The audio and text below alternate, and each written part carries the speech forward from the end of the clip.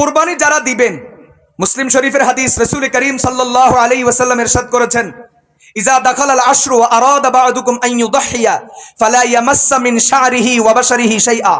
হযরত উম্মে সালামা রাদিয়াল্লাহু তাআলা আনহা riwayat করেন, নবীজি বলেন, যারা কোরবানি দিবে, চাই কোরবানি তার উপর ওয়াজিব হোক অথবা ওয়াজিব না, কিন্তু সে তারপরেও ফজিলত আদায়ের জন্য কোরবানি দিচ্ছে, যে কোরবানি দিবে তার জন্য একটা আমলের কথা নবীজি বলছেন, সে যেন চুল না কাটে, সে যেন নখ না কাটে, সে যেন নাভির নিচের পশম পরিষ্কার না করে, সে যেন বগলের নিচের পশম যেন পরিষ্কার না করে।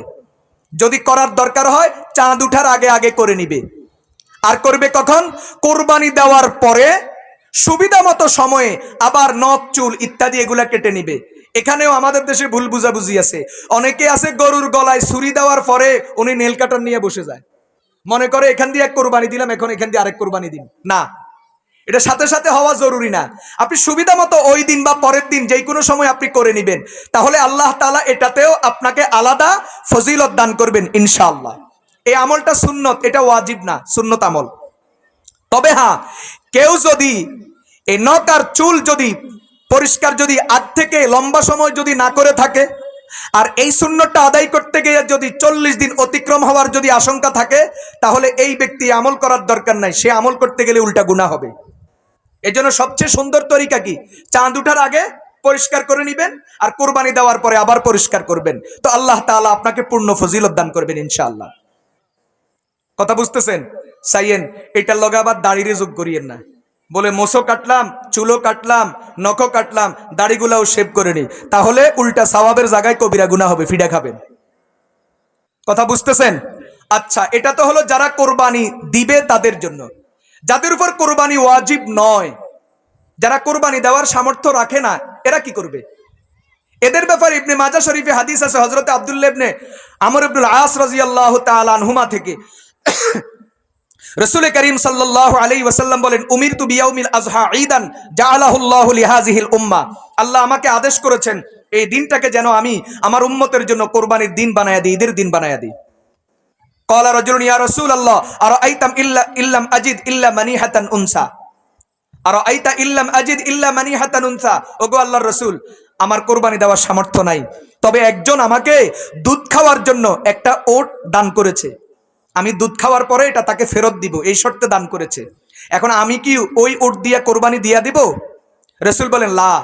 কেন? তুমি তো এটার মালিক না, তুমি এটা দিয়া কোরবানি দিতে পারবা না, সে তো তোমাকে কেবলমাত্র দুধ পান করার জন্য দিয়েছে। তবে হ্যাঁ, তোমার যত এত কোরবানির জন্য আগ্রহ, ওয়ালাকিন খুয মিন শারিকা ওয়া আসফারিকা ওয়া তাকুসসু শারিবাকা ওয়া তাহলিকু আনাতাকা ফাযালিকা তামামু উযহিয়াতিকা ইনদাল্লাহি মিনকা। হ্যাঁ, মানুষ যখন কোরবানি দিবে তখন তুমি কি করবা?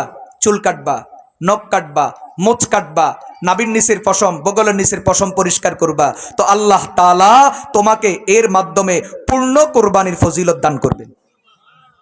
আল্লাহ তাআলা আমাদেরকে বুঝার তৌফিক দান করুন। এই আমলগুলো আমরা করব। কিছু প্রশ্ন আমাদের হাতে আসছে, প্রশ্নগুলোর একটু উত্তর শুনি আমরা সবাই। মাশাআল্লাহ। কোরবানির পশু কেনার পর পশুর সাথে সেলফি তুলে ফেসবুকে দেওয়া ইসলাম কতটা সমর্থন করে? হায় হায়। কোরআনে কারীমের সূরা হজের 37 নম্বর আয়াত, আল্লাহ তাআলা বলেন, লা ইয়ানালাল্লাহা লুহুমুহা ওয়ালা দিমাউহা ওয়ালাকিন ইয়ানালুহুত তাকওয়া মিনকুম। তোমাদের কোরবানির রক্ত গোশত আল্লাহর কাছে কিছুই যাবে না, যাবে তোমাদের কি? তাকওয়া, অন্তরের ইখলাস, আমলটা কার জন্য করতেছো এটা বুঝতেছেন? আল্লাহ রক্ত মাংস নিবেন না, গোশত নিবেন না, আল্লাহ নিবেন তোমার ইখলাস। হাদিসের মধ্যে আছে, রাসূল করিম সাল্লাল্লাহু আলাইহি ওয়াসাল্লাম ইরশাদ করেন, কোরবানিতে ইখলাসের দাম এত বেশি, ওয়া ইন্নাদ দামা লা ইয়াকাউ মিনাল্লাহি বিমাকানিন।